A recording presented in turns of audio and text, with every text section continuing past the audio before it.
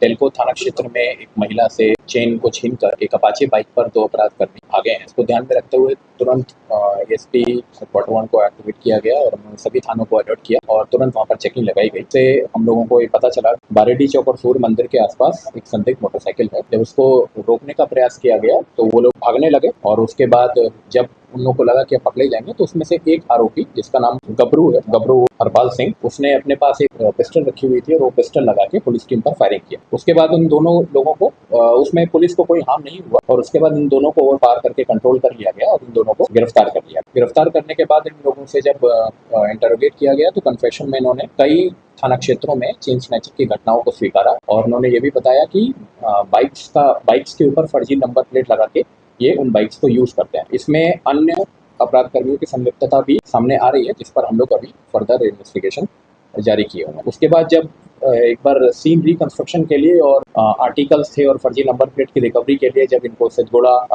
थाना क्षेत्र में उस जगह पर ले जाया गया तो जहाँ पर वो नंबर प्लेट वगैरह हम लोग को मिला और वहाँ पर वो चेन भी मिली। तो उसी क्रम में एक पुलिसकर्मी के पास से एक पिस्टल को दोबारा उसी अपराधकर्मी के द्वारा छीन लिया गया और उसके बाद पुलिसकर्मी और पुलिस दल के ऊपर फायरिंग की। तो उसको पहले आत्मरक्षार्थ उसको वार्निंग दी गई और नहीं मानने पर फिर उनके ऊपर भी पुलिस दल के द्वारा फायरिंग किया जिसको उसके पैर में गोली लगी और वर्तमान वो एमजीएम अस्पताल में इलाजरत है। इस संबंध में टोटल 2 केसेस रजिस्टर किए गए, एक चेन स्नैचिंग का और एक दूसरा ये फायरिंग का। इसमें हम लोगों को ये भी पता चला है कि इनका आपराधिक इतिहास है।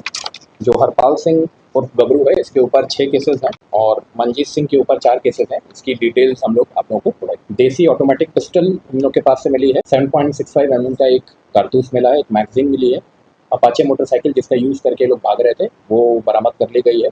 एक सोने की चेन जिसको लूटा गया था वो मिली है, नंबर प्लेट मिले हैं और पेपर स्प्रे, काली मिर्च वाला जो स्प्रे है जिसको ये लोग यूज करते हैं वो भी इनके पास से बरामद हुआ। कई महीनों से लगातार अपराध कर्मी चाहे वो ऑर्गेनाइज्ड गैंग के हों, चाहे डीपीएस से रिलेटेड हो, चाहे आर्म्स एक्ट से रिलेटेड हो, उनको पकड़ने का हर संभव प्रयास हम लोग कर रहे हैं और सफल भी हो रहे हैं। और हम लोग प्रभावी कार्रवाई करने के लिए रणनीति भी बना रहे हैं। हम लोग ये चाहेंगे कि आने वाले समय में चेन स्नैचिंग या अन्य जो फायरिंग की घटनाएं उस पर रोक लगाने के लिए स्ट्रैटेजी बनाएं और उस पर सभी गैंग्स के मेंबर्स के खिलाफ कार्रवाई करें। पेपर स्प्रे मतलब अगर आपकी तरफ कोई आएगा, जैसे नॉर्मली पेपर स्प्रे को डिफेंस के तौर पे यूज किया जाता है। किसी को भी आपकी तरफ कोई भाग रहा है, आपने मान लीजिए किसी की चेन, तो आप एक तरह का हथियार है, आप उसके डाल के भाग सकते हैं। आपके पीछे कोई चेस कर रहा है, आपको पकड़ लिया, आपका कॉलर पकड़ लिया, पेपर स्प्रे उसकी आंख में डाल देंगे और फिर तो इस तरीके से ये यूज किया जा सकता था।